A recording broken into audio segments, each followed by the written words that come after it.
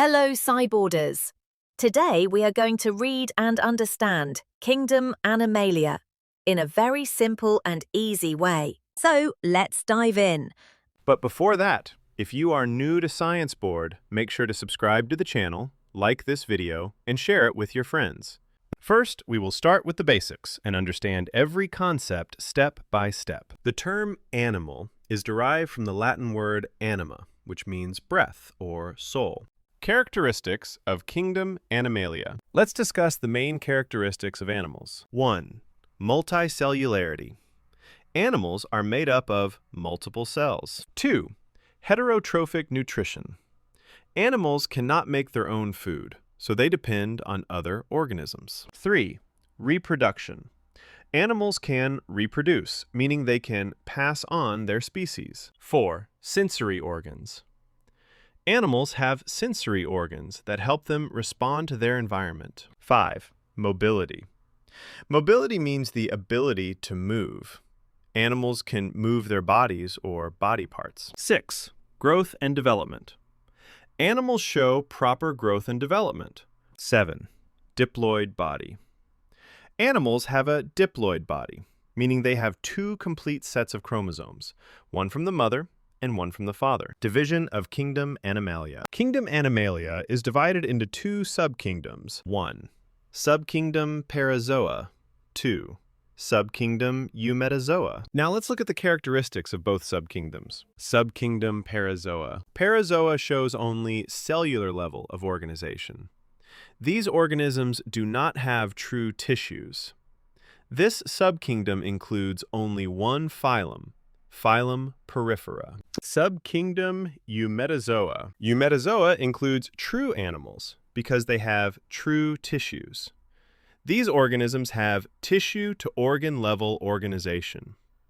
All phyla except Porifera are included here, from Cnidaria to Chordata. We will discuss each phylum in detail later with examples for exam clarity. If you find this video helpful, don't forget to like, share, and subscribe. Hashtag Phylum Porifera. The word porifera means pore bearer, meaning these organisms have pores all over their body, which help in the flow of water in and out. Phylum Porifera. General characteristics. 1. Habit and habitat. Most porifera are aquatic. Most live in marine water, some in fresh water. They are sessile, meaning they are attached to the ocean floor and cannot move. Second level of organization. Porifera show cellular level of organization. They do not have true tissues or organs. Their body is made of loosely arranged cells. 3. Body plan. They have a cellular aggregation body plan, meaning their body is made of groups of cells, not tissues or organs. 4. Symmetry. Most sponges are asymmetrical. Symmetry means whether a body can be divided into equal halves by any plane.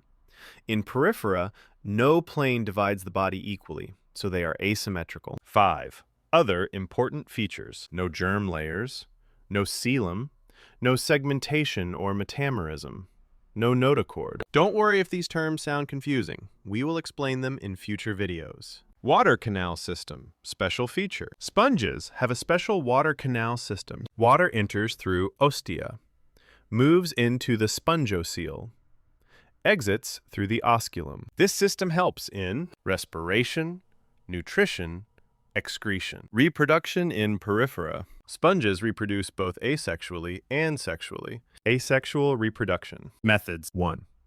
The sponge body breaks into pieces. Each piece regenerates into a new sponge.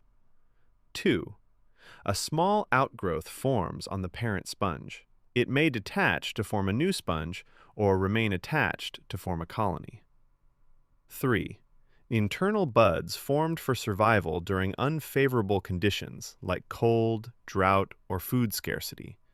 Gemmules survive when conditions improve and develop into a new sponge. Sexual reproduction. Eggs and sperms are produced in amoebocytes. Sperms are carried to neighboring sponges via the water canal system. Fertilization occurs, and the fertilized egg develops into a multicellular, free-swimming larva. The larva settles at the bottom and develops into an adult sponge. Physiology of sponges. Digestion, entirely intracellular, done by cells. Respiration, through general body surface via diffusion. Excretion, through diffusion. Fertilization and development, internal, indirect, via larval stages. Reproduction, both sexual and asexual, hermaphroditic. Importance and examples. Importance, used for bathing, polishing, washing, and other household purposes. Examples: Euspongia, common bath sponge. Spongilla, freshwater sponge. Cycon/Cypha, marine sponges. So this was the first part of Kingdom Animalia, Phylum Porifera. I hope you found this video helpful. In the next part, we will explore subkingdom Eumetazoa. If you have any questions, ask them in the comments section. And don't forget to subscribe and like. Bye, Sciboarders.